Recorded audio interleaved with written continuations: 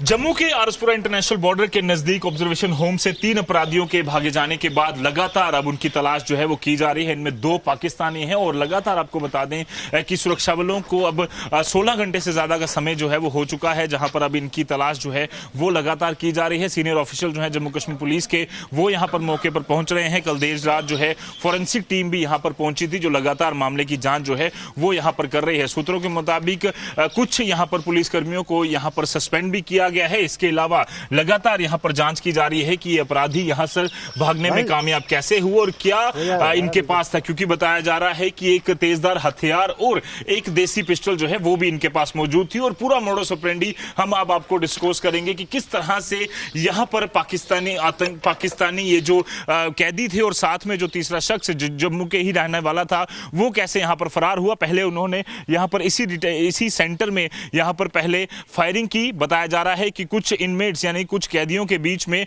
लगातार झगड़ा हुआ, जिसके बाद पुलिस के कर्मी जो यहां पर मौजूद थे उन्होंने उन्हें रोकने की कोशिश की और झड़प जो है वो झड़प को देखते हुए अपराधियों ने मौका देखा और उसी समय उन्होंने फायरिंग जो है वो जवानों पर की। हालांकि तेजदार हथियार से हमला भी किया और वो दोनों जो पुलिसकर्मी है गवर्नमेंट मेडिकल कॉलेज में लगातार उनका इलाज चल रहा है, दोनों सीरियस है। ये आप देख सकते हैं वहां से भागकर यहां तक पहुंचे।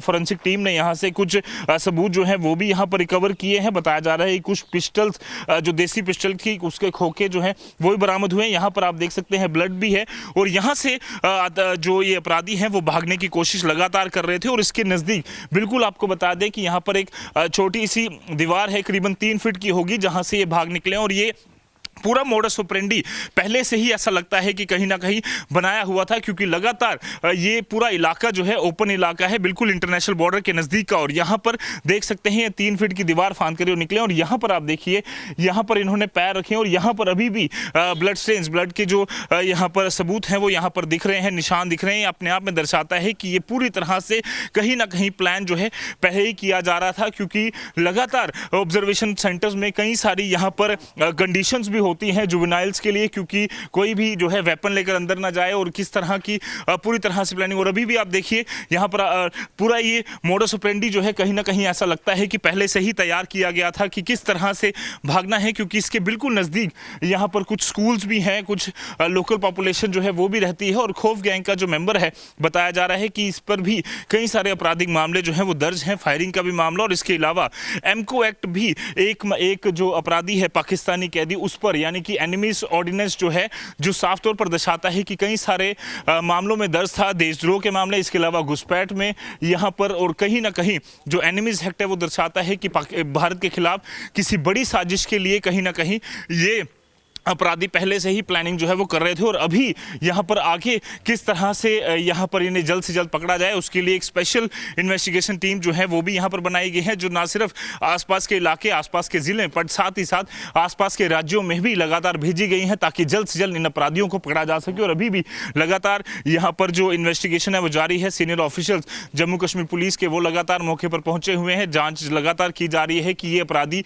यहां से भागने में कामयाब कैसे हुए। सबसे बड़े 2-3 महत्वपूर्ण सवाल, पहला ये कि इन अपराधियों के पास ये देसी पिस्टल जो है वो ऑब्जर्वेशन सेंटर में कैसे पहुंची।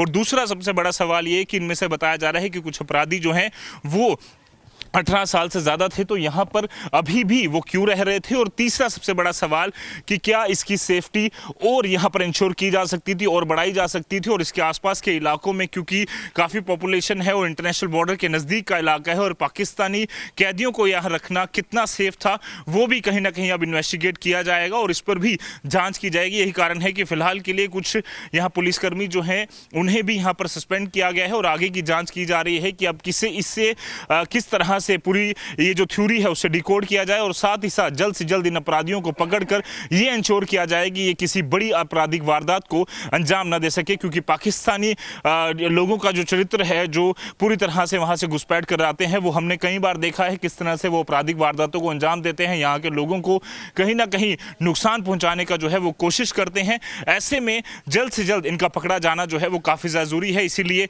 अब जांच जो है वो ना सिर्फ आसपास के ज़िलों में पर आसपास के राज्यों में भी यहाँ शुरू कर दी गई है। जल्द से जल्द इन्हें पकड़ने के लिए जो एसआईटी की टीमें हैं वो भी आसपास के राज्यों में भेजी गई हैं, ताकि इन्हें पूरी तरह से पकड़कर ये इंश्योर किया जा सके कि ये किसी आपराधिक वारदात को अंजाम ना दे सके। वीडियो जर्नलिस्ट मानिक जोधपुर, आजी मीडिया, आरएसपुरा, जम्मू।